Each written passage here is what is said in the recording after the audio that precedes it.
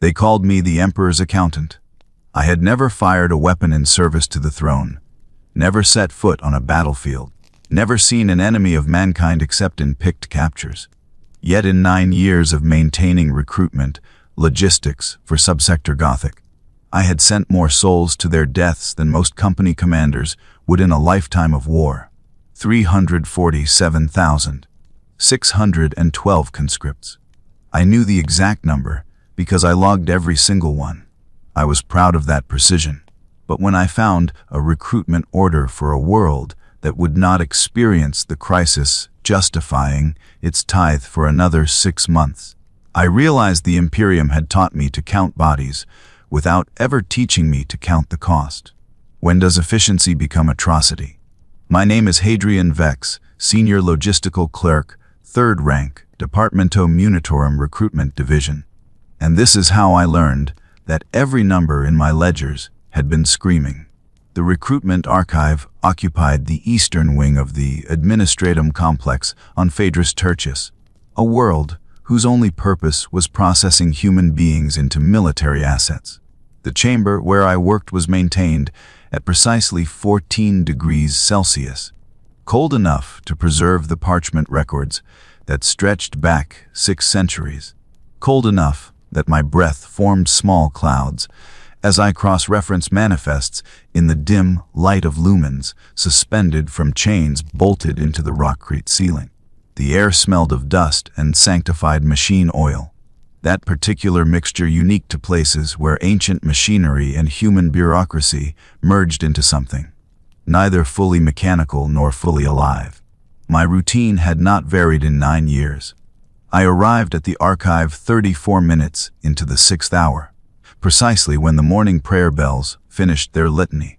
I would light the devotional candle at my workspace shrine, a small alcove carved into the stone containing an aquila cast in tarnished brass, and recite the clerk's prayer while the incense tablet burned.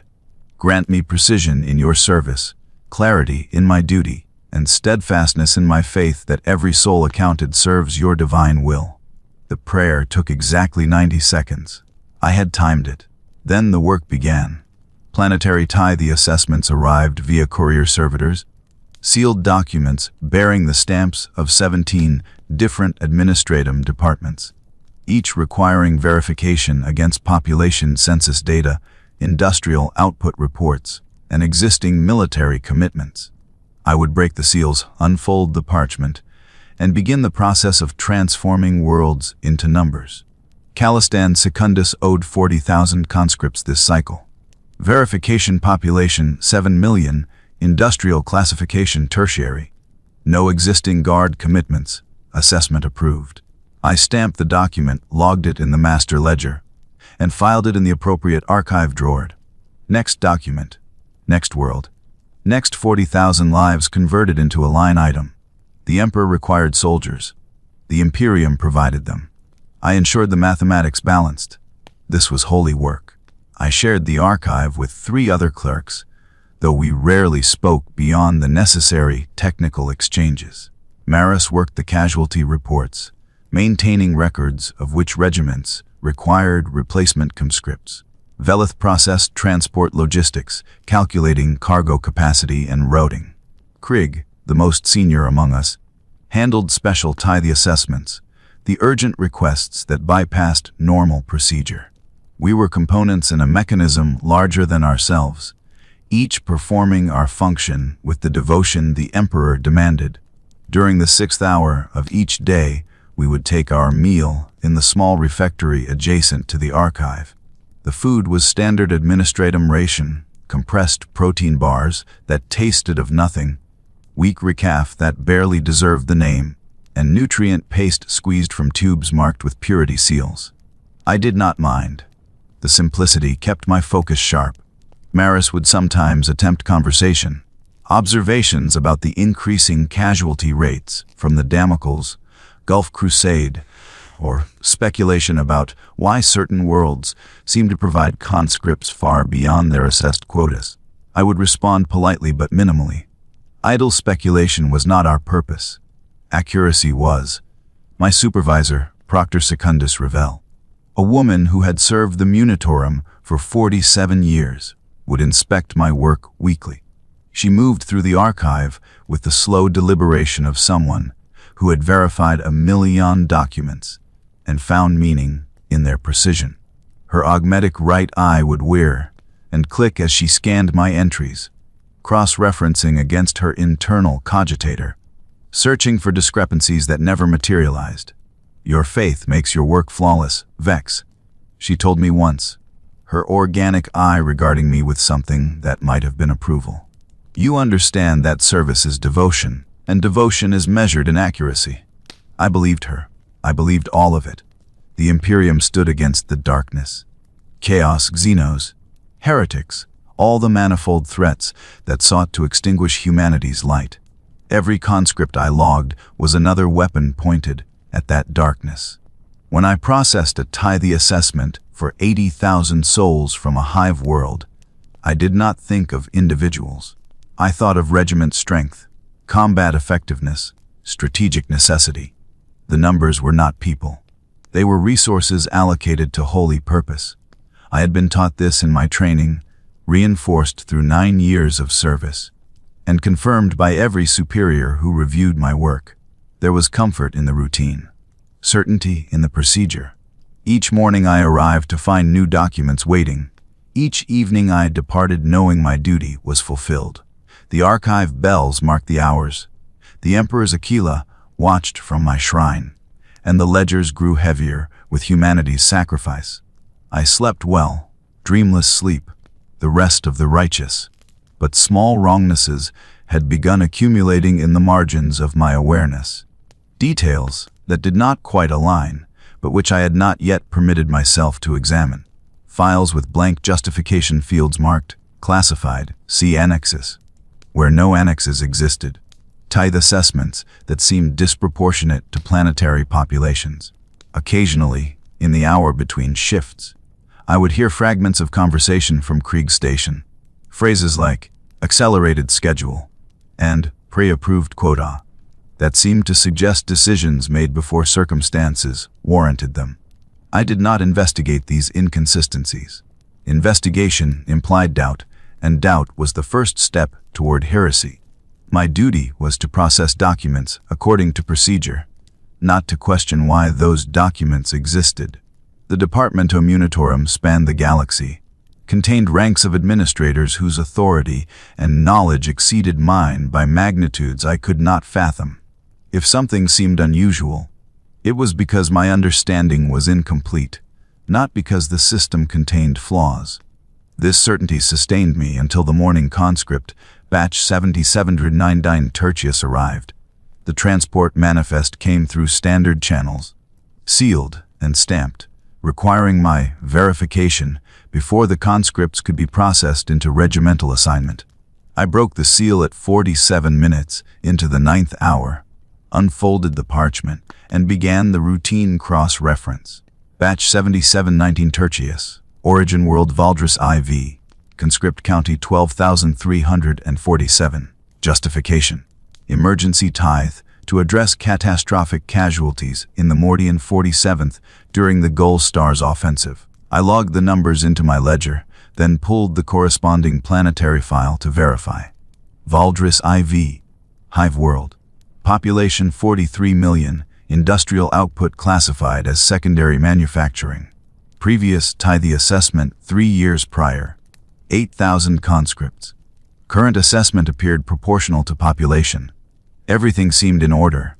Then I noticed the date. The recruitment order was dated 3/4/47 M41. Standard imperial dating, clear and unambiguous. I checked the Mordian 47th casualty report that justified this emergency tithe. The battle that had decimated the regiment, the reason 12,000 replacements were required immediately, was dated 3/80/51 M41, 4 months. The recruitment order had been issued 4 months before the battle that justified it. I sat motionless at my desk, the parchment cold in my hands, while my mind performed the gymnastics that faith demands. A transcription error. Someone had transposed the dates during processing. The casualty report had been misfiled under the wrong chronology. The recruitment order was actually a response to previous casualties from an earlier engagement. The explanation existed. I simply had not identified it yet. I pulled the complete file for the Mordian 47th. Their casualty history was extensive, regiment strength fluctuating with the brutal mathematics of Astra Militarum service. But the dates were clear. No engagement before 3. A151. M141 had inflicted casualties requiring a 12,000 conscript replacement. The battle in the Goal Stars was the first time the regiment had suffered such devastating losses in the past 3 years. The recruitment order predated it by 4 months. I should have reported the discrepancy to Proctor Secundus Revel. Standard procedure dictated that dating errors be flagged for correction, but I found myself hesitating, my hand hovering over the document without moving toward the report forms. If I reported this, an investigation would follow. Investigators would conclude either error or deliberate falsification. Error would embarrass my department. Falsification would imply something worse, something I could not bring myself to name. Instead, I decided to verify the data myself. I could resolve this quietly, identify the mistake, correct it through proper channels without triggering unnecessary scrutiny. This was rational. This was procedure. This was doubt disguised as diligence.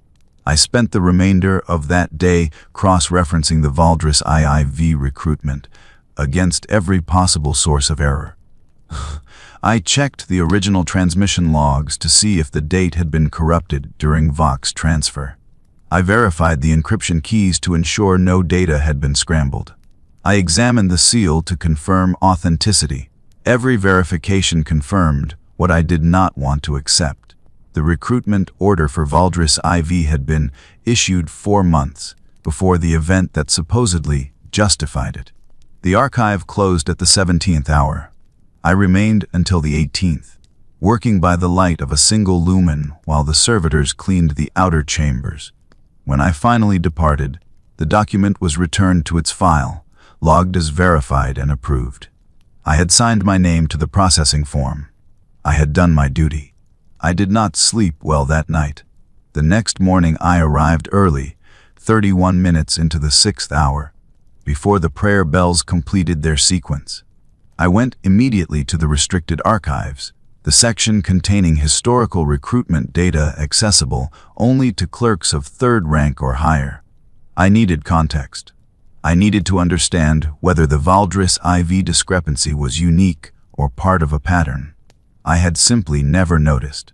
The restricted archives smelled older than my regular workspace, the parchment more brittle, the dust thicker on shelves that saw less frequent access.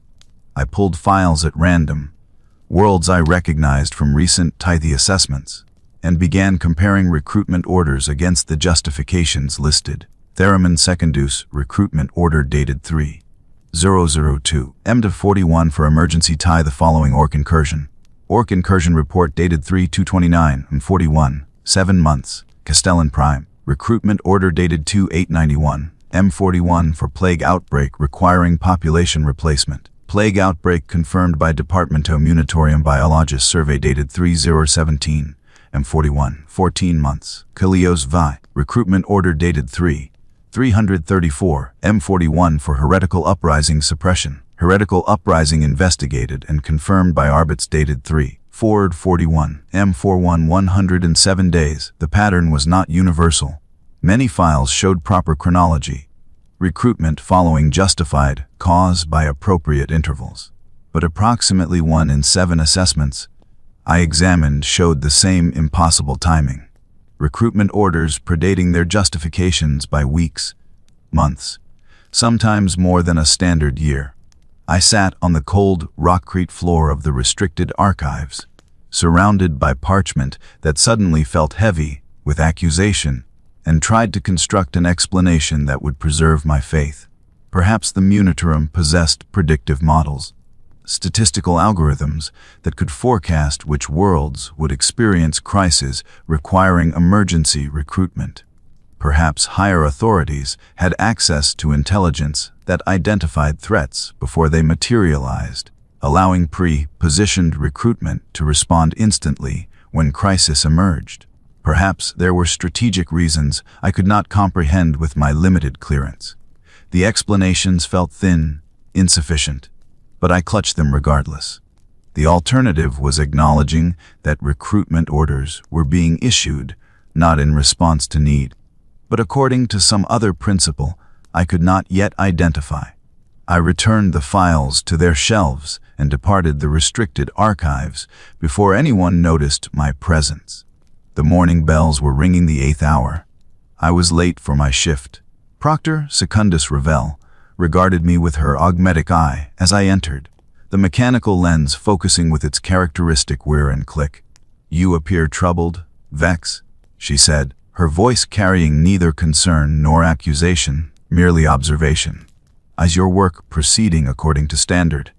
"Yes, Proctor Secundus," I replied, the lie forming smoothly because lies in service of faith did not count as lies. "All documentation is properly verified and logged." She watched me for 3 seconds longer than comfortable, then returned to her own duties. I sat at my desk and began processing the day's tithe assessments, my hand steady, my faith cracking like ice under weight it was never meant to bear. The third incident came 5 days later, and this time I could not ignore it because it involved a voice I recognized. My younger brother, Matthias, had taken the tithe 6 years prior. He had been 23 years of age, strong, faithful, eager to serve the emperor in more direct capacity than bureaucratic service could provide. I remembered the day he departed Phaedrus, Tertius aboard the conscript transport, how he had embraced me and whispered that he was proud to follow the same path I facilitated through my work.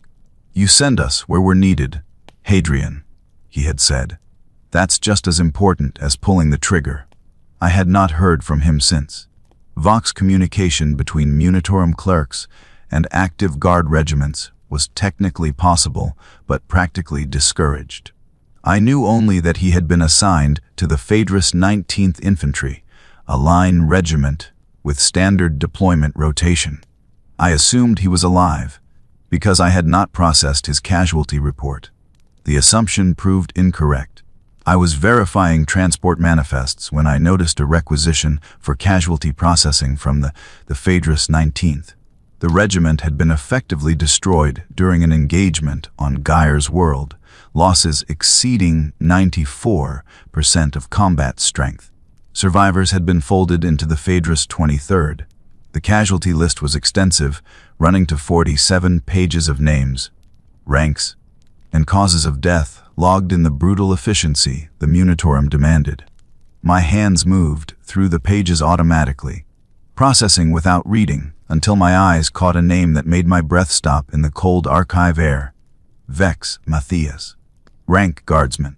Cause of death combat action, artillery barrage, remains unrecoverable. Date of death 3/8/47, M41. The date was 3 weeks ago. I sat without moving while the lumens hummed overhead and dust particles drifted through their yellow light. My brother was dead, had been dead for 21 days, while I logged recruitment numbers and took pride in statistical accuracy.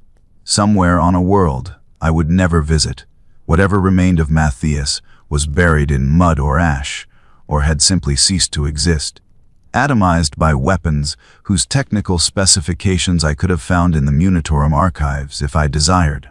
I should have felt grief. Instead, I felt only numbness, a strange detachment that permitted me to continue processing the casualty report with the same mechanical precision I applied to every document. I logged his death. I verified the circumstances. I stamped the form and filed it in the appropriate archive drawer. Then, I pulled the operational report for the engagement that had killed him. The Phaedrus 19th had been deployed to Gaia's world as part of a 3-regiment task force to suppress what intelligence designated as potential heretical activity among mining union leadership. The operation brief was sparse on details, but the conclusion was clear. The investigation had found no evidence of heresy. The mining unions had been organizing for better working conditions, and safety equipment. The Munitorum's response had been to deploy 3 regiments, institute martial law, and execute the Union leadership. When protests erupted, artillery had been authorized. Matthias had died suppressing labor organization on a mining world, not fighting chaos, not repelling Xenos, not defending the Imperium from existential threat. He had died because workers wanted breathing filters, and the local administratum found deployment easier than negotiation. I read the report 3 times, searching for additional context that would restore nobility to his sacrifice. The mining operations on Gaia's world were critical to sector supply chains. Disruption could cascade into strategic consequences. Any hint of independence could inspire similar organization on other worlds.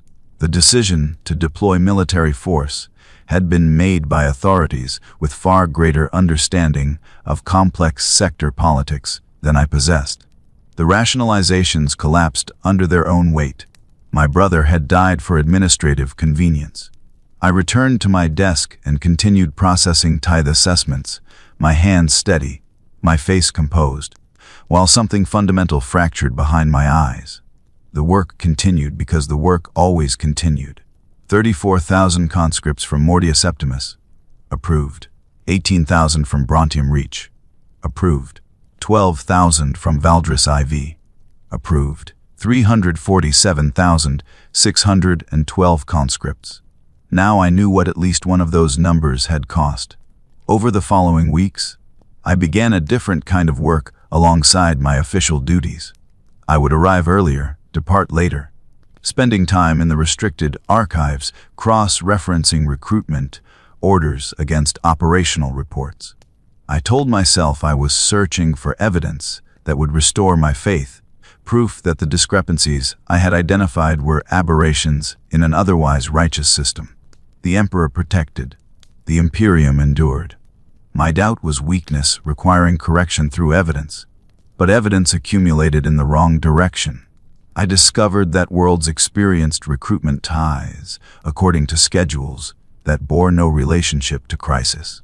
Calistron Prime had been assessed emergency recruitment every 3 years for the past 2 decades. Exactly 3 years.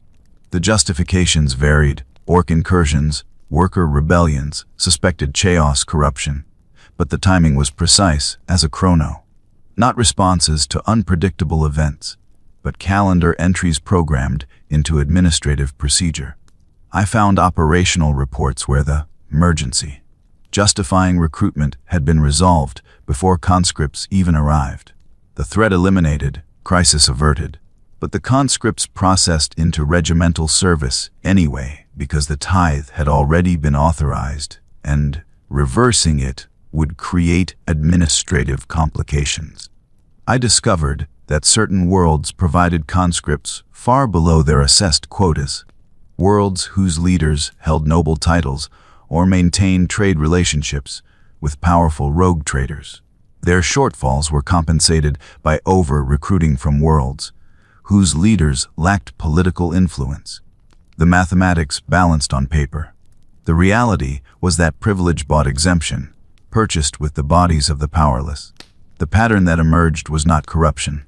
Corruption implied deviation from proper function, individuals subverting the system for personal gain.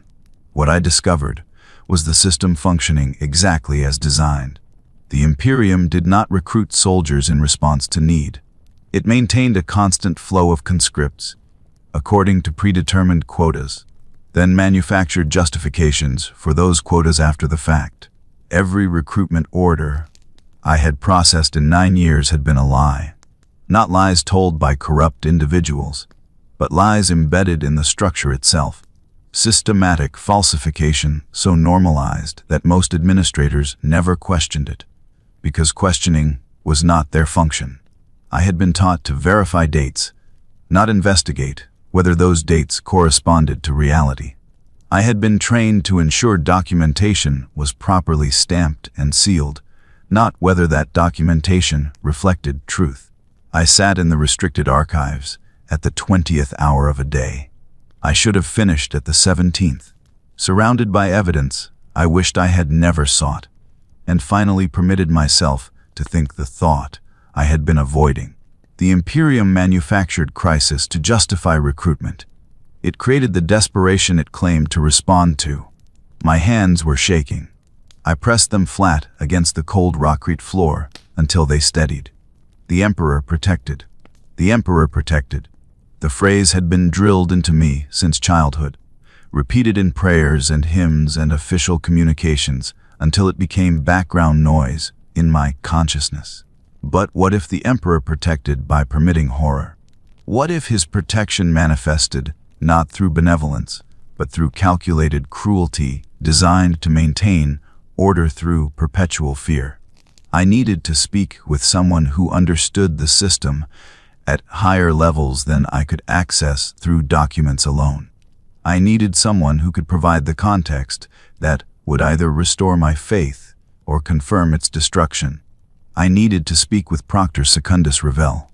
I waited until 3 days later, until I could request a private audience without my emotional state compromising the interaction. Revell received me in her office, a small chamber adjacent to the main archive that smelled of old parchment and the machine oil used to maintain her augmetic components. She sat behind a desk carved from dark wood, an extravagance on a world where everything was rockcrete and steel, a reminder that 47 years of perfect service earned certain privileges. You have been spending significant time in the restricted archives, Vex, she said before I could speak, her augmetic eye focusing on me with unsettling precision. Your work output remains flawless, but your behavior has changed. You arrive earlier. You depart later. You are searching for something. I have questions about chronological discrepancies in recruitment documentation, I said, choosing my words with the care I had once used for tithe assessments. Dating errors that seemed systematic rather than random. She was silent for 7 seconds, her organic eye regarding me while her augmetic continued its mechanical focusing. When she spoke, her voice carried a quality I had never heard from her before. Wariness. Close the door, Vex. I did. When I turned back, she had opened a drawer in her desk and withdrawn a data slate, the screen flickering with text too small for me to read from my position. She studied it for perhaps 30 seconds, then set it down and gestured for me to sit in the chair opposite her desk. How many discrepancies have you identified? She asked. 47 recruitment orders from the past 5 years, where the justification postdates the order by significant intervals, weeks to months. And you believe these represent errors in documentation? It was not a question, but I answered anyway. I believed that initially. Now I am uncertain. She nodded slowly, her augmetic eye warring as it cycled through focus ranges, an unconscious habit I had observed whenever she was processing complex information. Do you know why I recommended you for 3rd rank, Vex? Why I trusted you with access to restricted archives? Because my work was accurate. Because your faith was absolute, she corrected. Because in 9 years, you had never questioned a single document. You processed information according to procedure without permitting curiosity to compromise efficiency. That devotion is rare, valuable, she paused, and apparently finite. The air in her office felt colder than the main archive, though the temperature was likely identical. I waited for her to continue, my hands folded in my lap, the posture of attentive subordination I had perfected over 9 years of service. The discrepancies you have identified are not errors, Revell said. They are policy. The words settled into the silence between us like stones dropped into still water. I opened my mouth to speak, found I had no response, and closed it again. Revell reached into her desk and withdrew a document bound in black leather, the cover embossed with the Aquila and text in high Gothic that I recognized as restricted classification markers. She placed it on the desk between us, but did not offer it for my inspection. This is Protocol Tertius 7, she said. It is provided to administrators of sufficient rank to understand its necessity. I was given access in my 23rd year of service. I have wrestled with its implications for the 24 years since. Her voice was steady, but her organic hand trembled slightly as she touched the document's cover.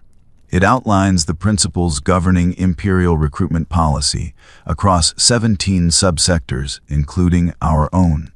I don't understand, I said, though I was beginning to. The Imperium requires approximately 7 billion conscripts annually to maintain military strength across its domains.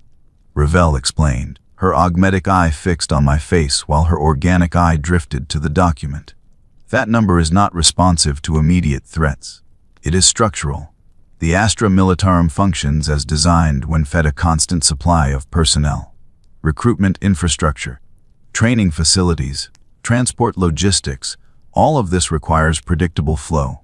Crisis response recruitment creates administrative chaos, so the tithes are scheduled in advance. I said slowly, piecing together implications I did not want to accept. Independent of actual need. Correct. Worlds are assessed recruitment quotas based on population and strategic importance.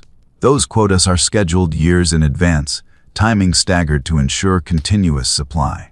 Then, when recruitment occurs, we identify justification that will satisfy administrative requirements. My mouth was dry. We manufacture the justification. Identify circumstances that can be framed as justification. She corrected with the precision of someone who had learned to live with careful distinctions. A labor dispute becomes a heretical uprising. A crop failure becomes suspicion of chaos corruption. A governor who challenges quotas becomes a tyrant requiring removal. The crisis is not invented from nothing, Vex. It is discovered where it always existed, latent in every human society, waiting to be named. I thought of Geyer's world, the mining unions organizing for safety equipment, the artillery barrage that had killed my brother. How many? I asked, my voice emerging hollow. How many recruitment operations are justified through manufactured crisis? Ravel was silent for a long moment. Her augmetic eye cycled through its focusing sequence 3 times before she answered.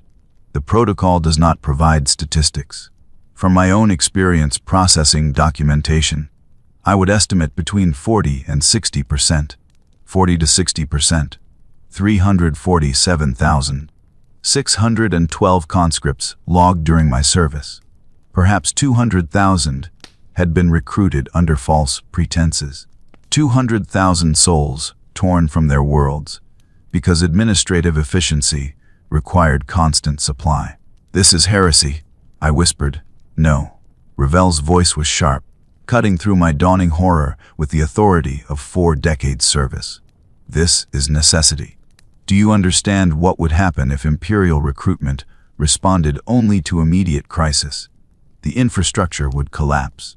Training facilities would sit empty for years, then be overwhelmed. Transport logistics would fragment. The entire system would become reactive rather than proactive, constantly struggling to address threats after they materialized instead of maintaining standing force capable of immediate response. But the justifications are lies. The justifications are administrative paperwork, she said. The truth is that humanity faces extinction on 10,000 fronts simultaneously. Chaos, xenos, heretics, all of it pressing against the Imperium from every direction. We require military force sufficient to that threat. Whether individual conscripts are recruited in response to genuine crisis or scheduled quota is strategically irrelevant. The same threats exist. The same soldiers are needed. The only variable is timing and administrative rationale. I stared at her, searching for the supervisor I had respected for 9 years, the woman who had praised my faith and accuracy. She looked back with exhausted certainty, a person who had long ago accepted compromise. I was only now discovering. My brother died on Geyer's world, I said, suppressing labor organization that posed no threat to the Imperium. He died because it was administratively convenient to deploy regiments that had already been scheduled for recruitment justification. Something flickered in Ravel's organic eye. Recognition. Regret. Then it was gone, suppressed beneath duty. I am sorry for your loss. Your brother served the Emperor. His death had meaning because all death in imperial service has meaning, regardless of the specific circumstances. That is not true. The words emerged before I could stop them. If meaning requires truth, and the truth is his death was administrative convenience, then his death was meaningless. Then perhaps meaning requires something other than truth, Ravel said quietly. Perhaps meaning requires faith that the system serves necessary purpose even when specific actions seem unjust. I stood abruptly, the chair scraping against rockcrete. You cannot believe that. You just admitted the system operates on systematic deception. I admitted the system employs administrative flexibility in justification documentation. She corrected with maddening precision. The core function remains valid. The Imperium protects humanity. That protection requires military force. Military force requires recruitment. Everything else is implementation detail. Implementation detail. I repeated the phrase, tasting its inadequacy. 200,000 people per subsector, recruited under false pretenses, and you classify this as implementation detail. Ravel stood as well, her augmetic eye focusing on me with such intensity I could hear the servomotors strain. What would you prefer, Vex? That we recruit only in response to immediate crisis? That we permit infrastructure to collapse in the name of administrative honesty? That we weaken humanity's defense because paperwork offends your conscience? I would prefer we not lie. My voice was rising. 9 years of controlled professional demeanor fracturing. I would prefer my brother's death serve actual purpose. I would prefer the numbers I have logged for 9 years represent genuine sacrifice rather than bureaucratic quota filling. Your preferences are irrelevant. Ravel's voice remained level, which made her words cut deeper. Your function is to process documentation according to procedure. You have done this with excellence. Continue doing it, or request reassignment to duties that will not trouble your conscience. How can you bear it? I ask. 47 years maintaining this system. How do you reconcile faith with participation in systematic deception? For the first time since I had entered her office, Ravel's professional mask cracked. Her organic hand trembled visibly, fingers curling against the desk's edge. She closed her organic eye, breathing slowly, and when she opened it again, the wariness I had glimpsed earlier had spread across her entire expression. I don't reconcile it, Vex. I endure it. Every signature I authorize, every document I verify, every conscript I help process, I carry the weight of what I am participating in. I have not slept properly in 24 years. I see the faces in the numbers. I know what we do. She touched the protocol Tertius 7 document with fingertips that shook. But someone must maintain this system. Someone must be willing to bear the burden of necessary evil. And I decided decades ago that if this horror must exist, better it be administered by someone who understands the cost. That is not righteousness, I said. That is complicity rationalized as duty. Yes, she agreed simply. It is. And when you have served 47 years, when you have logged millions of souls into the Emperor's service, when you have seen the alternatives to imperial order, perhaps you will understand why complicity becomes necessary. Or perhaps you will request the last pistol and make the choice I have been too cowardly to make for 2 decades. The silence that followed was broken only by the hum of lumens and the distant bells marking the 14th hour. I have more questions, I said finally. I know. Sit down, Vex. I will answer what I can, not because you have earned the knowledge, but because someone should witness what we do. Someone should carry forward the understanding that this system is not corruption of imperial ideals, but their implementation. Perhaps that witness will be you. Perhaps you will be strong enough to bear it. Or perhaps this conversation will end with your resignation and memory adjustment. We will discover which together. I sat, and Proctor Secundus Ravel began teaching me the truths that should have remained buried in restricted archives, the education that would transform me from faithful clerk into something I had no name for yet, She started with scale. The Imperium spans 1,000,000 worlds. Precise count is impossible because worlds are discovered, lost, reclaimed, destroyed continuously. But assume 1,000,000 for mathematical simplicity. If each world provides an average recruitment tithe of 7,000 conscripts annually, that supplies 7 billion soldiers. Seems sufficient, yes. I nodded, though I sensed the trap in her question. Astra Militarum casualty rates average 43% within the first standard year of deployment. Certain regiments, like the Death Corps of Krieg or Catachan jungle fighters, experience rates exceeding 70%. Factor in non-combat losses, disease, industrial accidents, disciplinary executions, and effective attrition reaches approximately 60% of all conscripts within 3 years of recruitment. She pulled a data slate from her desk and displayed figures that scrolled past faster than I could process. To maintain standing force of 11 billion soldiers, the minimum necessary for current strategic commitments, the Imperium requires continuous replacement of approximately 6,500 million personnel annually. 7 billion recruited. 6.5 billion needed. The mathematics almost balanced, but recruitment is not evenly distributed. Ravel continued. Some worlds overproduce conscripts due to cultural militarism or population pressure. Others underproduce due to political influence, strategic importance of their industrial output, or simple geographic isolation. The Departamento Munitorum must aggregate these variations, scheduling recruitment to ensure continuous supply while accounting for transport logistics, training facility capacity, and regimental assignment needs. So you schedule tithes in advance, I said, to maintain predictable supply flow. Correct. And because we schedule tithes years in advance, we cannot predict which worlds will experience genuine crisis requiring emergency recruitment. A world assessed for tithe in 3,441. M41 might face orc invasion in 3,445. M41 providing perfect justification. Or it might experience 4 years of peace, requiring us to identify alternative justification when recruitment occurs. You mean manufacture? I said. I mean identify, she insisted. No human society is perfect. Every world harbors labor disputes, criminal organizations, political factions, doctrinal disagreements, all the friction inherent to governance. Most of this friction remains manageable background noise.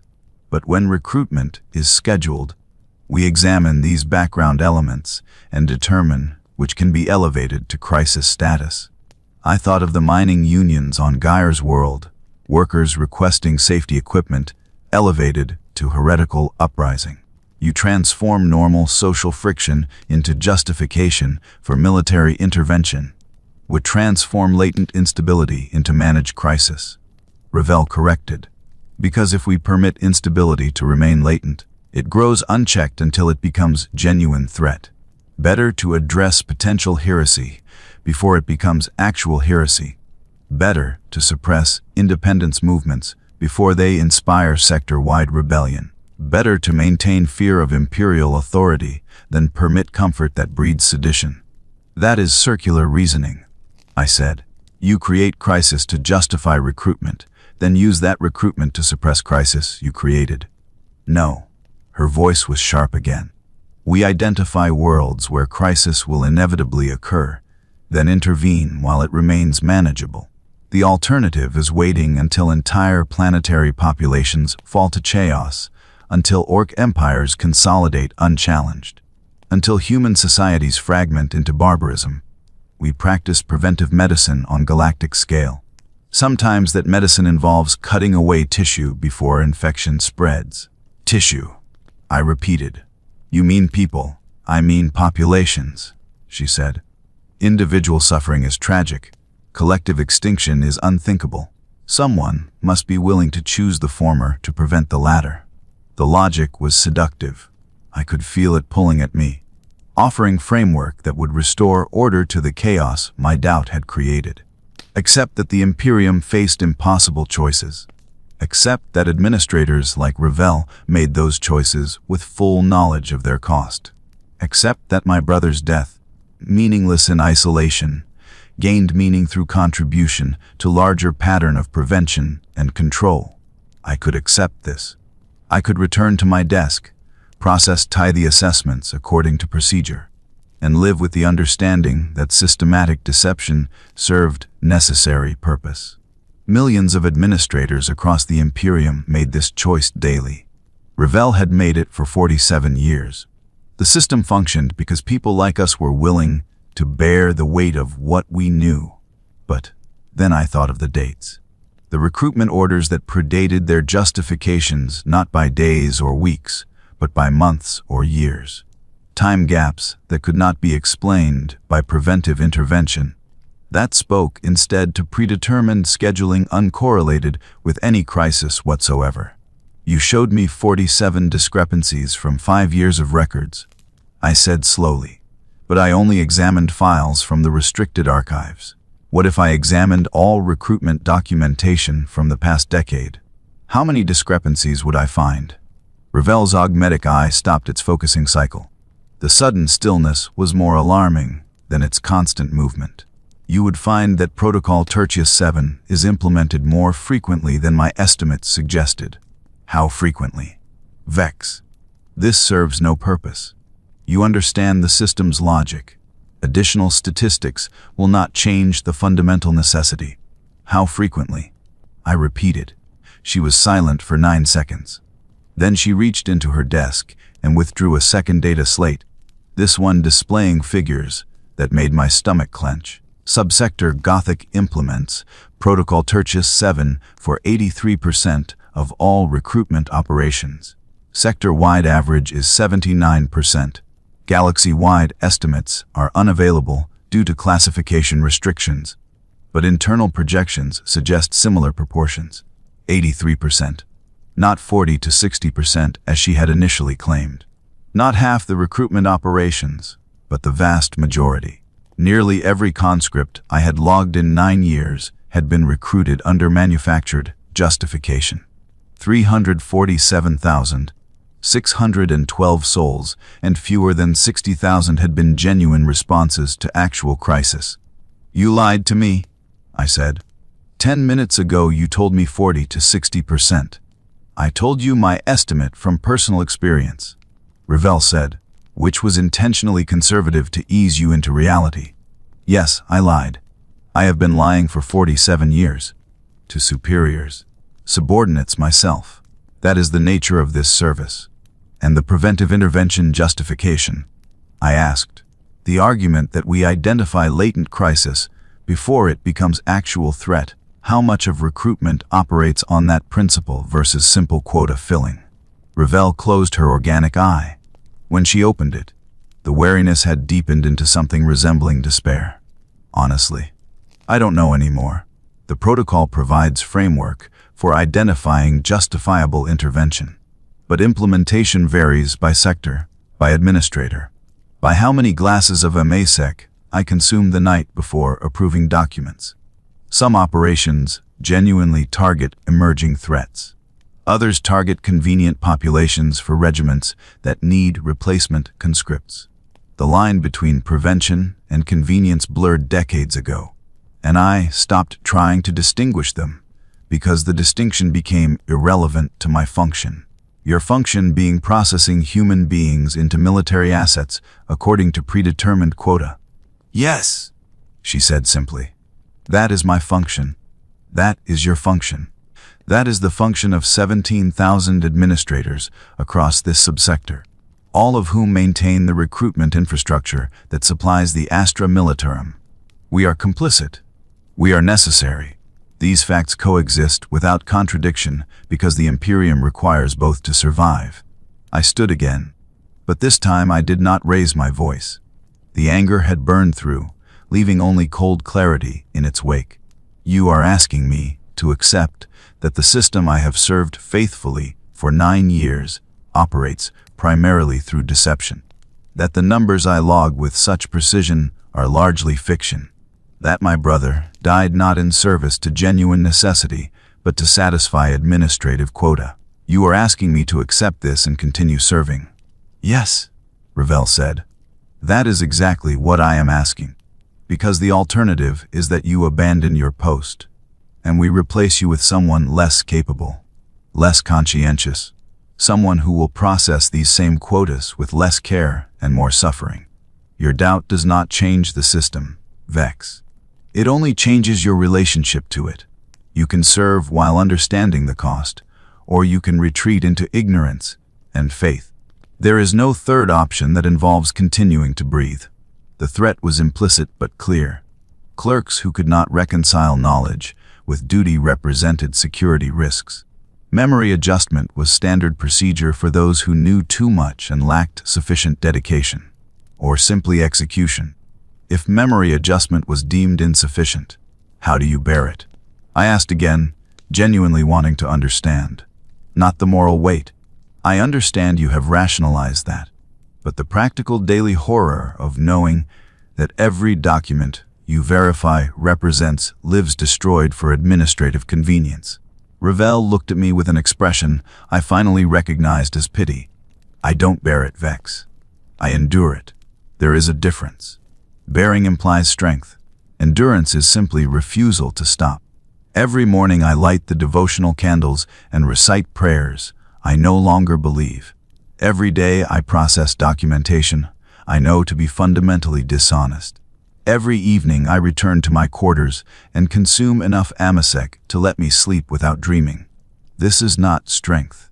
This is mechanical survival. And after 47 years, I have become very, very good at it. That is not life, I said. That is slow suicide. Yes, she agreed. It is.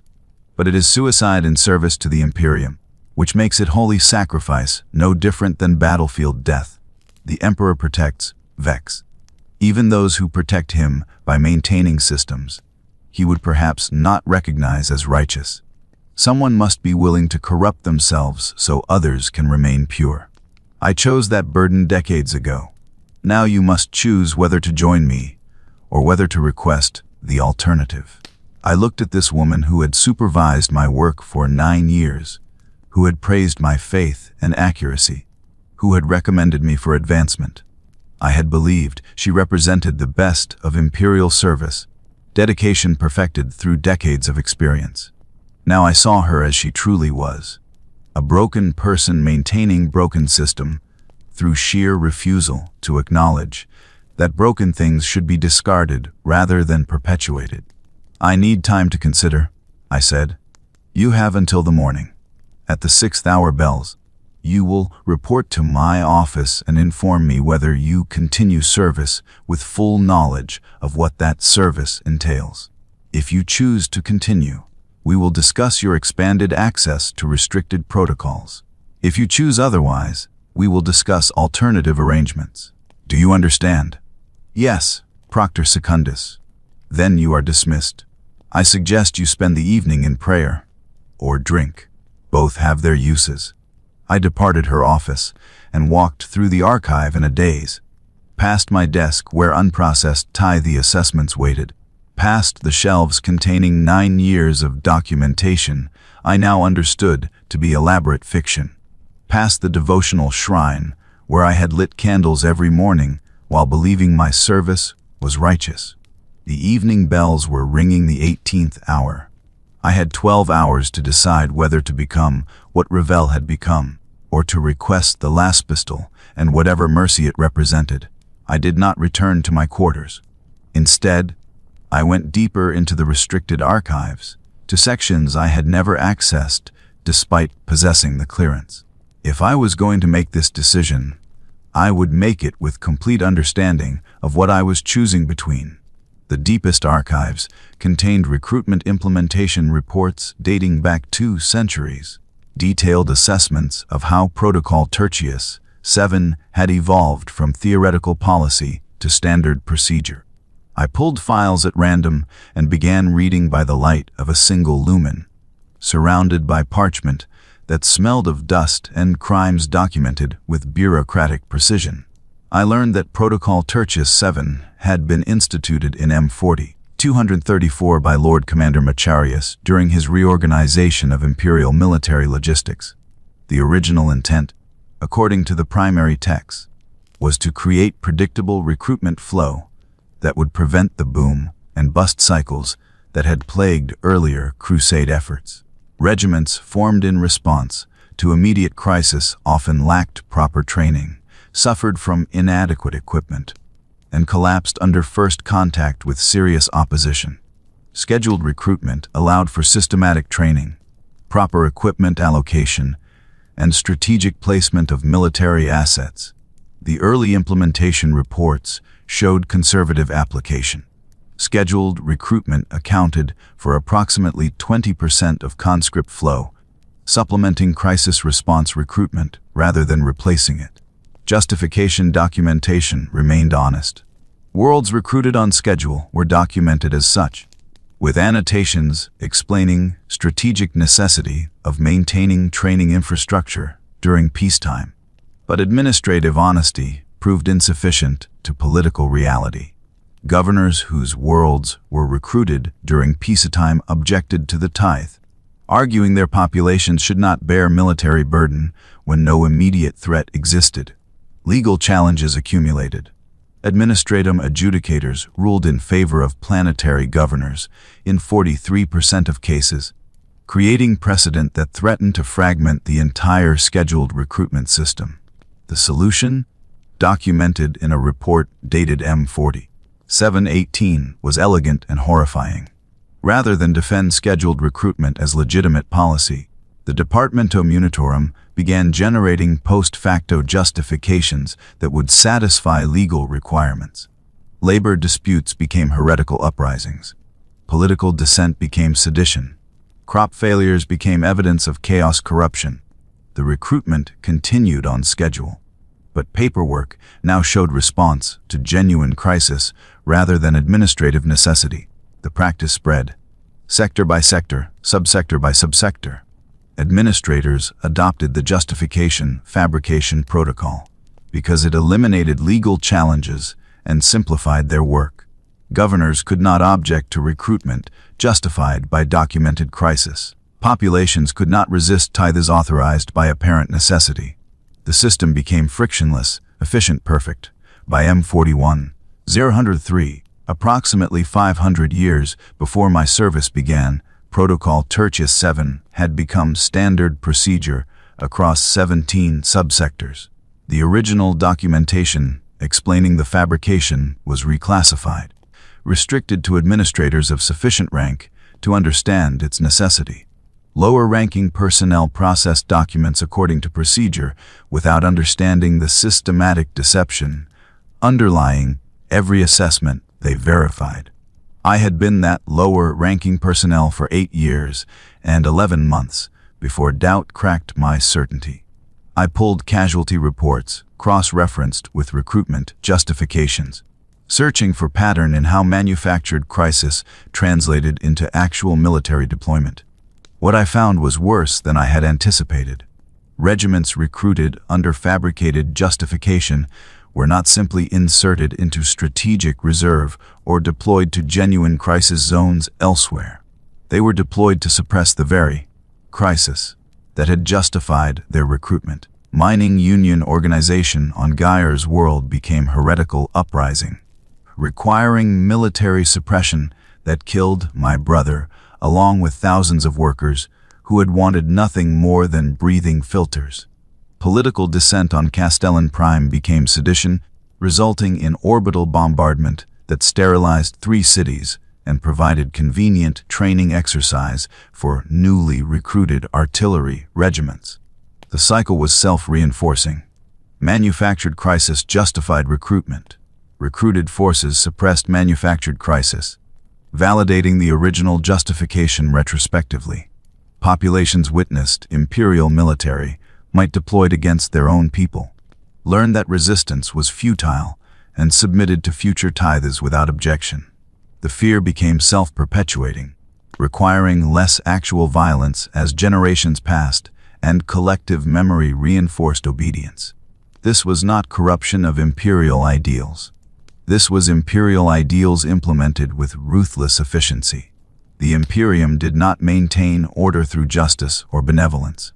It maintained order through systematic, calculated terror, administrated by people like Revel and myself who processed horror into paperwork and called it holy service. I found my brother's name in one of the reports. Not his casualty record, which I had already processed, but his recruitment documentation.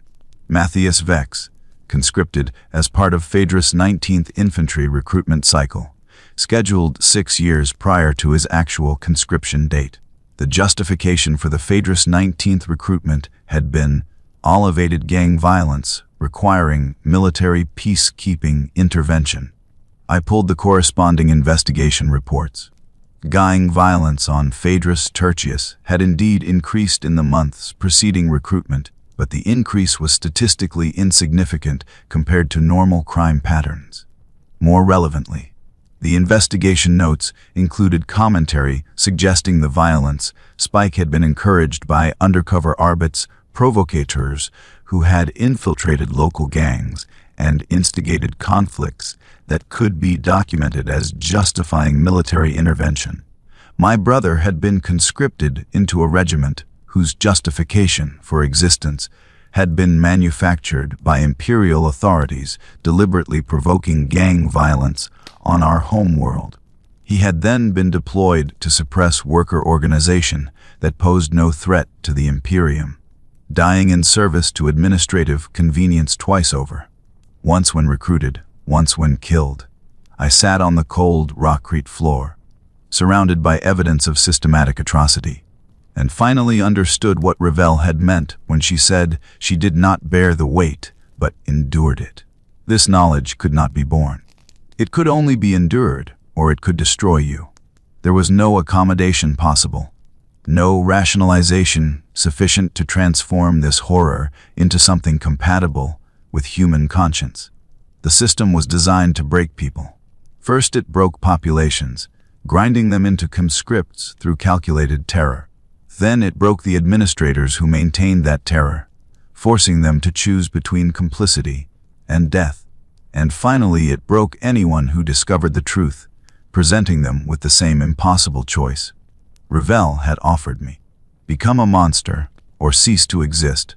I thought of the Emperor, enthroned on Terra for 10,000 years, maintained by sacrifice of 1,000 psychers daily, his consciousness spanning the galaxy through the Astronomicon. Did he know what was done in his name? Did he approve of Protocol Tertius 7 and the millions of similar protocols that transformed the Imperium into machinery of systematic oppression? Or had the Imperium evolved beyond his original vision, becoming something he would not recognize as the future he had tried to build? I would never know.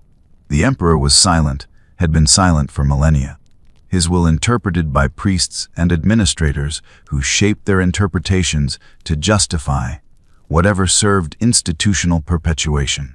The faith I had maintained for 9 years was faith in human institutions, claiming divine mandate, not faith in divinity itself. The bells rang the 23rd hour. 3 hours until I would need to report to Revel's office and declare my choice. 3 hours to reconcile the impossible. I spent those hours not in prayer or drink as Revel had suggested, but in final investigation. If I was going to die for this knowledge, I wanted to understand its full scope.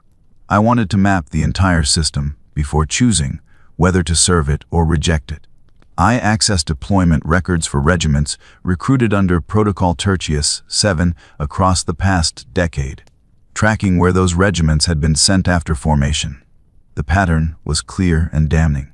Approximately 78% of all regiments recruited under fabricated justification were deployed back to their origin worlds or neighboring systems to suppress the crisis that had justified their recruitment.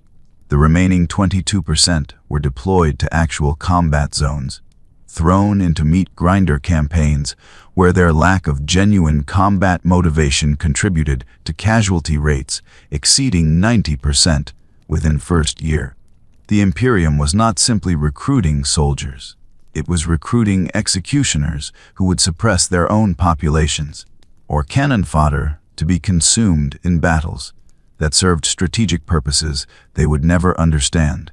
I found efficiency reports praising the system.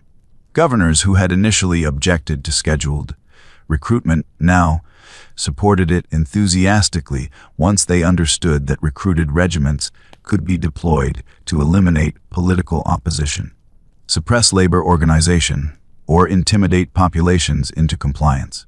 The millennium and planetary governance had formed symbiotic relationship, each supporting the other's authority through application of systematic violence. I found psychological assessments of conscripts recruited under protocol Tertius 7. Commissariat reports noted that soldiers recruited to suppress fabricated crisis displayed lower morale and higher rates of desertion compared to those recruited to address genuine threats. The solution was not to reduce fabricated recruitment, but to increase commissar presence and implement more severe disciplinary measures. Executions for cowardice increased 43% in regiments recruited under Protocol Tertius 7, maintaining order through additional terror layered atop the original fabrication. I found cost-benefit analysis calculating the efficiency of various justification types. Labor disputes were cheapest to manufacture, requiring only withdrawal of safety equipment or reduction of rations to provoke strikes that could be classified as rebellion. Political dissent required more elaborate provocation, planting of seditious materials, or use of undercover agents to organize opposition. Religious heresy was most expensive, requiring deployment of ecclesiarchy investigators whose services commanded significant fees, but provided most durable justification because few governors would challenge inquisitorial authority. The Imperium had industrialized the creation of suffering. It had reduced human misery to cost-benefit equations, optimized terror for maximum efficiency, and wrapped the entire mechanism in rhetoric of divine necessity. And administrators like Ravel and myself maintained this machinery because someone had to, and refusing meant death. I found one document that crystallized everything I had learned, a treatise titled The Necessity of Perpetual Crisis, authored by Lord Militant Tiberius Kane in M40, 8 or 92, apparently required reading for all munitorum administrators above 5th rank. I read it by the failing light of my lumen as the 3rd hour bells approached. The core argument was elegant and terrifying. Human populations, the treatise argued, naturally drifted toward independence and self-determination when allowed to exist without immediate threat. Peaceful worlds developed political systems that prioritized local interests over imperial compliance. Prosperous populations questioned why they should provide tithes to distant terra when their own needs went unmet. Content citizens became unmanageable citizens, requiring eventual military intervention that would be more costly and destructive than preventive maintenance through calculated fear. The solution was to ensure no population ever experienced extended peace. By maintaining constant low-level crisis, rotating between different justification types to prevent pattern recognition, the Imperium could keep populations perpetually afraid, perpetually grateful for imperial protection, perpetually willing to provide whatever tithes were demanded because refusal might result in withdrawal of that protection. Protocol Tertius 7 was not aberration. It was the system working exactly as designed. The recruitment justification fabrication was one component of larger strategy of managed terror, interconnected with tax assessment manipulation, strategic food distribution, selective enforcement of imperial law, and dozens of other mechanisms, all designed to maintain populations in state of controlled desperation. The Emperor protects. But perhaps he protects by ensuring we never feel safe enough to question whether we need his protection. I closed the treatise and sat in darkness as my lumen finally exhausted its charge. The archive was silent except for the distant hum of ventilation systems and the approaching bells that would mark the 6th hour and my required decision. I understood now why Ravel endured rather than bore this knowledge. Understanding created obligation. If I accepted that the system was designed this way, that it functioned as intended rather than corrupted from original purpose, then I had three choices. I could serve it, complicit in calculated atrocity. I could expose it, attempting to reform or destroy it from within. Or I could refuse it, accepting whatever consequence that refusal entailed. Service meant becoming Ravel, processing horror into paperwork for 47 years until I became hollow shell going through motions while my conscience eroded into exhausted rationalization. I would log conscripts knowing most were recruited under false pretenses. I would verify justifications knowing they were fabricated. I would maintain machinery of systematic oppression because someone had to, and my efficiency would ensure it functioned with minimal waste and maximum suffering. Exposure meant death, probably torture first, certainly memory wipe of anyone I had contacted. The Millennium did not tolerate threats to institutional stability, even if I somehow transmitted this information beyond Phaedrus Tertius, even if I reached authorities who might theoretically possess power to reform the system. Those authorities were likely already aware and complicit. Protocol Tertius 7 existed because it served the interests of everyone with sufficient power to change it. Refusal meant accepting Ravel's alternative arrangements, whatever euphemism that represented. Memory adjustment, if I was fortunate, removing the knowledge that had broken my faith and returning me to ignorant service. Execution, if I was not, eliminating security risk represented by clerk who knew too much and lacked dedication to continue despite that knowledge. The bells began ringing the 6th hour. Time had expired. My decision period was over, and I had reached no decision except certainty that all available options were variations of damnation. I walked through the dark archive toward Ravel's office, each step feeling like descent into something I would not climb back out of. My hand touched the door, cold metal under my palm, and I stood frozen for 9 seconds before knocking. Enter. Ravel's voice called from within. I entered. She sat at her desk, looking exactly as she had 12 hours prior, except more exhausted, suggesting she had not slept. Her organic eye was bloodshot, her augmetic continuing its mechanical focusing cycle. The Protocol Tertius 7 document lay open on her desk, as if she had been reviewing it while waiting for my arrival. Have you reached decision? She asked without preamble. I have questions first. I said, you have had 12 hours to investigate. What questions remain? Does anyone at higher authority levels question this system? Have there been reform attempts? Are there administrators who maintain it while working to change it? Ravel's expression shifted into something resembling bitter amusement. You are asking whether you can serve while secretly undermining the system, whether you can be righteous saboteur, maintaining cover of compliance while working toward reform. Yes, I admitted. The answer is yes, such people exist. I have been one of them for 24 years. She touched the Protocol Tertius 7 document. I have filed 17 reports recommending modifications to reduce civilian casualties. I have suggested alternative justification frameworks that would reduce fabrication necessity. I have proposed pilot programs testing honest documentation in low-risk sectors. Every report has been reviewed, acknowledged, and filed without implementation. The system does not change because the people with power to change it benefit from its current configuration. But you continue trying. I continue documenting my objections so that when humanity finally collapses under weight of its own cruelty, historians will know some of us understood what we were doing. Her voice was flat, emotionless. I have reconciled myself to serving system I cannot reform. Perhaps that makes me complicit monster. Perhaps it makes me tragic figure. I have stopped caring which. That is not an answer, I said. That is surrender pretending to be strategy. Yes, she agreed. It is. And after 47 years, surrender becomes indistinguishable from endurance becomes indistinguishable from service. The boundary blurs. Give it time. You will understand. I will not become you. I said with certainty I did not entirely feel. Then what will you become? She asked.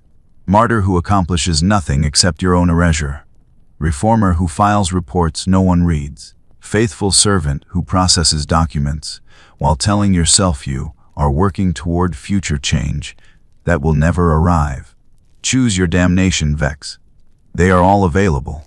I looked at this woman who had supervised my work for 9 years, who had tried to ease me into horror through careful revelation, who represented what I would become if I chose service.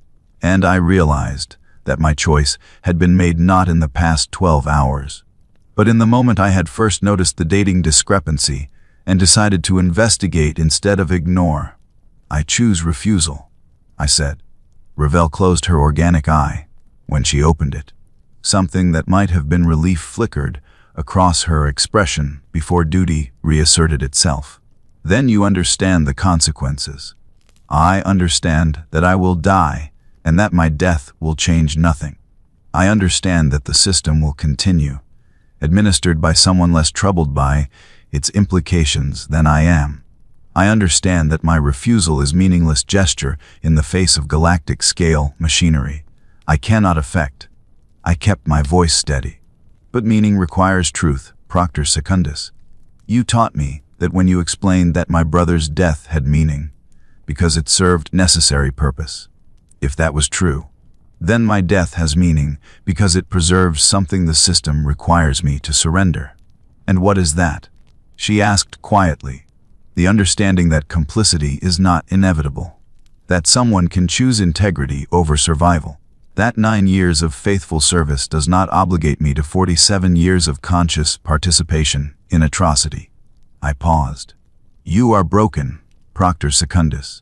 The system broke you decades ago, and you have survived by pretending the breaking was transformation. I will not follow that path. Then you are braver or more foolish than I was, she said. I lack the wisdom to determine which. She reached into her desk and withdrew a last pistol, standard issue administratum sidearm, placing it on the desk between us. The alternative arrangements typically involve memory adjustment or transportation to penal labor facility. However, I have discretion in certain cases to offer more direct resolution. I looked at the weapon. Small, efficient, designed for close-range execution. The barrel was worn from decades of use, suggesting Ravel had offered this choice before. How many? I asked. You are the 7th, she said. 6 clerks before you discovered what you discovered, reached similar crisis of conscience, and chose refusal over complicity. I offered all of them the same choice you now face. 4 accepted the weapon. 2 accepted memory adjustment, though 1 returned to full awareness within 3 years and required secondary processing. You are the 7th, and you remember them. I remember all of them, she said. Their names are in my private journal, along with brief description of what broke their faith. Yours will be added regardless of your choice. Someone should remember that you existed, that you chose integrity, that the system required your erasure to maintain its function. I picked up the last pistol. It was lighter than I expected, cold metal warming slowly in my grip. The safety was already disengaged. I could feel the trigger under my finger, slight resistance that would give way to pressure. If I choose memory adjustment, I said, I return to ignorant service. Yes, you would remember nothing of the past weeks. The dating discrepancy that started your investigation would be explained as clerical error, corrected in documentation. Your brother's death would remain tragic loss in service to Emperor, unmarred by knowledge of systematic fabrication. Your faith would be restored along with your usefulness. But I would still be participating in the system. You are already participating in the system. Ravel corrected. Memory adjustment simply returns you to state of comfortable participation rather than agonized complicity.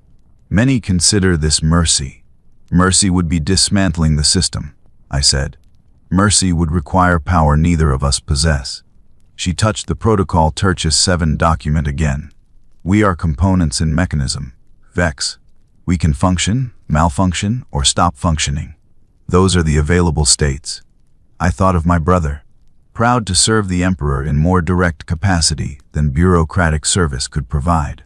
I thought of 347,612 conscripts logged during my service, most recruited under fabricated justification.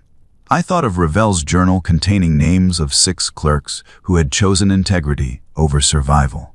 I made my choice. Memory adjustment, I said, setting the last pistol back on her desk. If I die, my knowledge dies with me. If I live without knowledge, perhaps some part of me remains that might eventually remember. Perhaps in 3 years, 5 years, a decade, the conditioning will fade and I will rediscover what I learned. And perhaps next time I will have the wisdom or courage to act rather than simply refuse. Ravel looked at me with an expression I could not decipher. Disappointment. Relief. You understand the process is not perfect. 37% of memory adjusted personnel develop chronic dissociation. 19% experience complete psychological collapse within 5 years. You are choosing survival, but damaged survival. I am choosing the possibility of future resistance over certain present martyrdom. I corrected. That is not cowardice. That is strategic patience, or rationalization identical to my own, she said quietly. Telling yourself you are preserving possibility of future action, while accepting immediate complicity. You will process tithe assessments tomorrow with the same efficiency you demonstrated yesterday. The system continues. Only your awareness changes. Then my awareness is worth preserving, I said.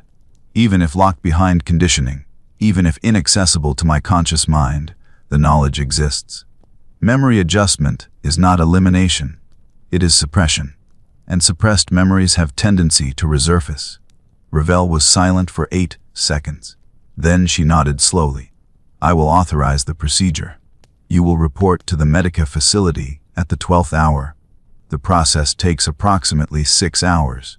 You will return to duty 3 days hence, with no memory of this conversation, no memory of your investigation, no memory of what you learned about Protocol to Tertius 7, or your brother's true circumstances of death. Will I remember him at all? You will remember him as faithful soldier who died in service to Emperor. You will mourn him as appropriate. You will believe his sacrifice was meaningful, because you will believe the system is righteous. Her voice carried strange gentleness. You will be happy, Vex, or at least content. That is more than I have managed in 24 years of conscious service. I stood to leave, then paused at the door. Before the conditioning takes effect, I want to document what I learned. Write it down, seal it, place it somewhere I might eventually find it if the conditioning fades. That violates protocol, Ravel said. Any documentation of your knowledge represents security risk. You maintain a journal listing clerks who chose refusal. I countered. That represents equivalent security risk. Grant me the same courtesy you grant yourself. Let me leave testimony that might matter if I ever return to awareness. She considered this for longer than the question warranted. Finally, she reached into her desk and withdrew blank parchment and ink stylus. You have until the 11th hour. Write what you believe should be preserved. I will seal it in the restricted archives, under your personal access code. If you ever achieve sufficient rank to access those archives again, you will find it. I took the materials and returned to my desk in the main archive. The morning shift was arriving, clerks beginning their routines, while I sat surrounded by 9 years of documentation I now understood to be elaborate fiction. I began writing. I wrote about the dating discrepancies, the evidence of systematic fabrication, the casualty reports cross-referenced with manufactured justifications. I wrote about Protocol Tertius 7 and the treatise on perpetual crisis. I wrote about my conversation with Ravel, her exhausted rationalization, her admission that she had questioned the system for 47 years without affecting it. I wrote about the choice I was making, memory adjustment over death, strategic patience over martyrdom. And I wrote about my brother, what his death had meant, when I believed the system was righteous. What it meant now that I understood its true nature, and what it might mean if I ever rediscovered this document after conditioning faded. If you are reading this, I wrote in conclusion, you are Hadrian Vex, and you have remembered something the Imperium tried to make you forget. The system is designed to break people through complicity. You discovered this once and chose survival over truth. Now you must choose again. I cannot tell you which choice is correct. I only know that someone should witness what we do. Someone should remember that the numbers have names, that the statistics represent souls. That efficiency can become atrocity when serving machinery without conscience. The Emperor protects. But from whom does he protect us? And at what cost? I finished writing at 43 minutes into the 11th hour. The parchment filled 17 pages in my careful script. I sealed it in an envelope marked with my personal access code and delivered it to Ravel's office. She accepted it without comment. Placing it in archive drawer, I knew would be locked behind restrictions I could only access if I eventually achieved 5th rank or higher. The Medici facility is prepared for your arrival, she said. Proctor Medici, Surgeon Valen, has been briefed on your case. The conditioning will be gentle, preserving your skills while removing the traumatic knowledge. You will wake 3 days hence believing you experienced minor head injury during archive maintenance. Everything else will be as it was. Thank you, I said, unsure what I was thanking her for. Do not thank me, Ravel said. I am not saving you. I am returning you to the system that broke you, ensuring you continue serving it without understanding what you serve. If anything, this is cruelty disguised as mercy. Then I thank you for the cruelty, I said. It is more than I deserve.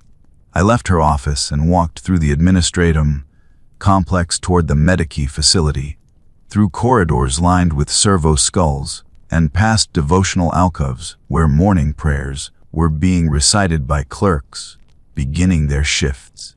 The 6th hour bells were ringing. Somewhere in this building, clerks were processing tithe assessments according to procedure, logging conscripts into service without questioning the justifications. Tomorrow I would be among them, faith restored, efficiency preserved, conscience suppressed behind conditioning that might or might not fade with time. The Medica facility smelled of counterseptic and sanctified machine oil. Proctor Medici, Surgeon Valen, greeted me with professional courtesy, gesturing toward a chair surrounded by cogitator terminals and neural interface equipment. Proctor Secundus Ravel has authorized memory adjustment with preservation of technical skills, he said, reviewing documentation on his data slate. The procedure is routine. You may experience mild discomfort during neural interface calibration, but anesthetic will prevent significant pain.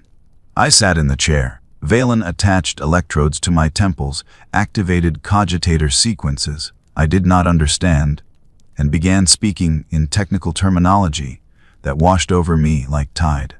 I closed my eyes and thought about my brother, about 347,000 conscripts, about Ravel's journal containing names of 6 clerks who had chosen differently than I was choosing. The last thought I had before the conditioning began was wondering whether strategic patience was genuine virtue or simply cowardice dressed in prettier language. I would never know. By the time I woke, the question itself would be gone, replaced by certainty that I served righteous system protecting humanity from the darkness. The Emperor protects, even those who serve him by forgetting what they have learned. I am dead now. Not literally, not yet, though that will come soon enough. But the person I was before memory adjustment died in that Medicae facility, replaced by version of Hadrian Vex, who did not question, did not doubt, did not understand what he was participating in. I served the Millennium for 3 more years after conditioning, processing tithe assessments with the same efficiency I had demonstrated before my investigation. My superiors praised my work. My colleagues noted no change in my demeanor. I lit devotional candles every morning and recited the clerk's prayer with faith restored through imposed ignorance. But the conditioning was not perfect. Small fragments remained, details that did not quite cohere, dates that seemed wrong in ways I could not articulate, moments of dissociation when processing certain documents. 3 years and 17 days after memory adjustment, I experienced vivid nightmare about my brother dying on world whose name I should not have known. I woke with certainty that something was wrong, though I could not identify what. I began investigating again, carefully, quietly, terrified of what I might find. Within 2 months I had reconstructed approximately 60% of what I had learned before, enough to understand that I had been conditioned, enough to realize that the system I served was fundamentally corrupt. This time I did not confront Ravel. I did not seek documentation or authorization. I simply began planning escape. Escaping Phaedrus Tertius required resources I did not possess and connections I had not cultivated. I made contact with smugglers operating in the Underhive, trading information about Munitorum supply shipments in exchange for passage off-world. The process took 8 months and cost me everything I owned. When I finally boarded the merchant vessel bound for footfall in the Coronis expanse, I left behind 9 years of faithful service and 3 years of restored ignorance. I believed I was free. I was wrong. Munitorum fugitives are tracked across sectors. My departure triggered security protocols that classified me as potential security risk, requiring elimination. The merchant vessel was intercepted 2 weeks into warp transit. Most of the crew was executed for harboring fugitive. I was detained for interrogation. The interrogation lasted 6 weeks.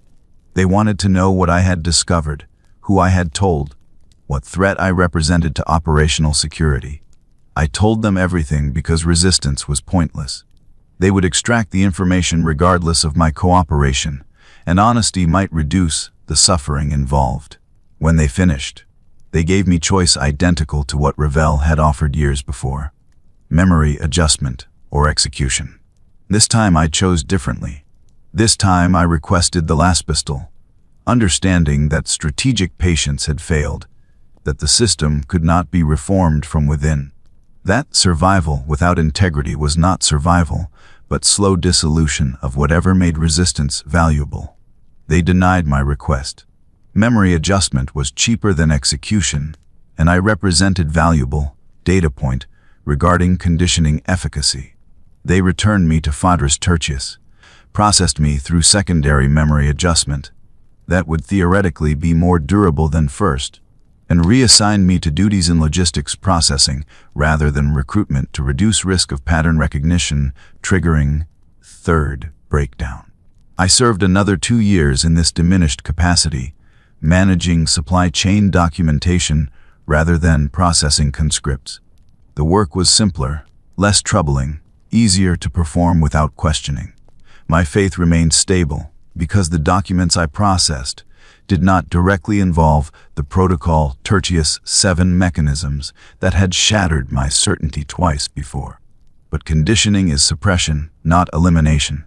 6 years and 41 days after my first investigation, approximately 3 years after my escape attempt and recapture, I woke from nightmare and remembered everything. Not gradually, not fragmentarily, but completely. Every document I had read, every conversation with Ravel, every horror I had uncovered. The conditioning had finally, completely failed. I did not begin third investigation. I had learned that lesson. Instead, I documented everything I could remember, writing 17 pages that I sealed and placed in location only I could access. Then I reported to Proctor Secundus Ravel's office and informed her that the conditioning had failed, and I was requesting immediate execution rather than third adjustment. She looked at me with the same exhausted recognition she had shown years before. "You are the first to break conditioning twice," she said. "Most who experience secondary adjustment remain stable. Your mind is remarkably resistant to suppression, or remarkably unable to live with complicity," I replied. "The distinction seems irrelevant." "What do you want?" "Vex. I want you to read my testimony." I want you to add it to your journal, alongside the other clerks who chose refusal. I want someone to know that I existed, that I understood what I was participating in, that I chose integrity even though that choice was futile. I paused. And then I want you to authorize my execution, because I am tired of being broken and rebuilt and broken again. Let me stop functioning. That is mercy. Ravel was silent for 19 seconds. Then she nodded slowly. I will read your testimony. I will add your name to the journal. And I will authorize what you request, because you are correct that repeating this cycle serves no purpose except demonstrating that some people cannot be made complicit regardless of conditioning intensity. Thank you, I said, and this time I knew exactly what I was thanking her for. The execution was scheduled for 3 days hence, allowing me time to complete final documentation and ensure my testimony was properly sealed.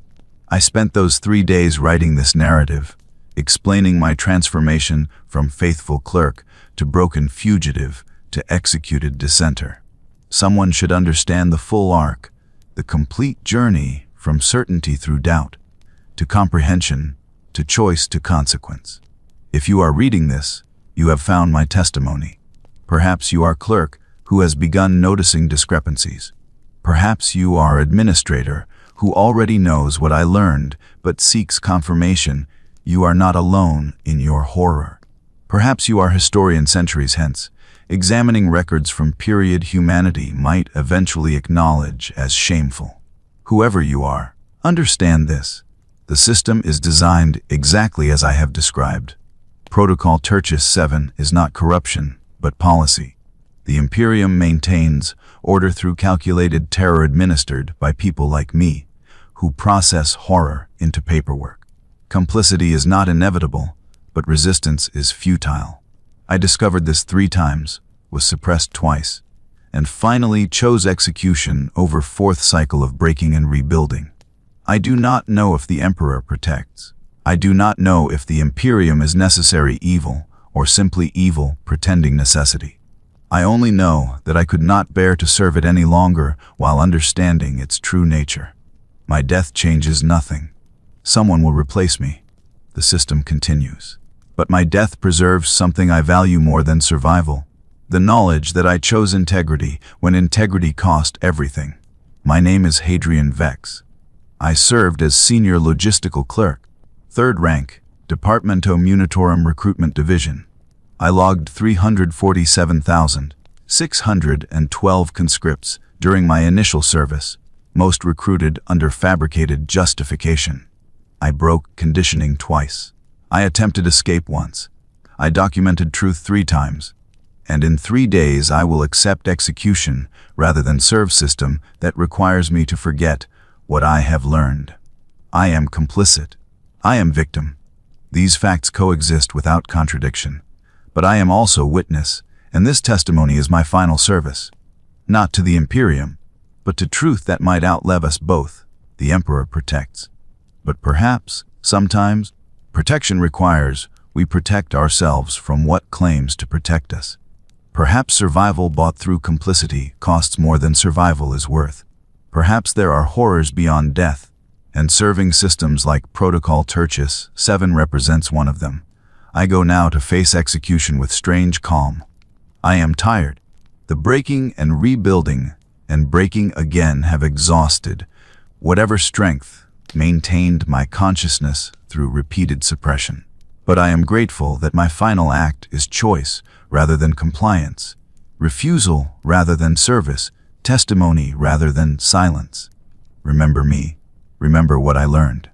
Remember that the numbers had names, the statistics represented souls, and someone witnessed what we did, even when witnessing changed nothing.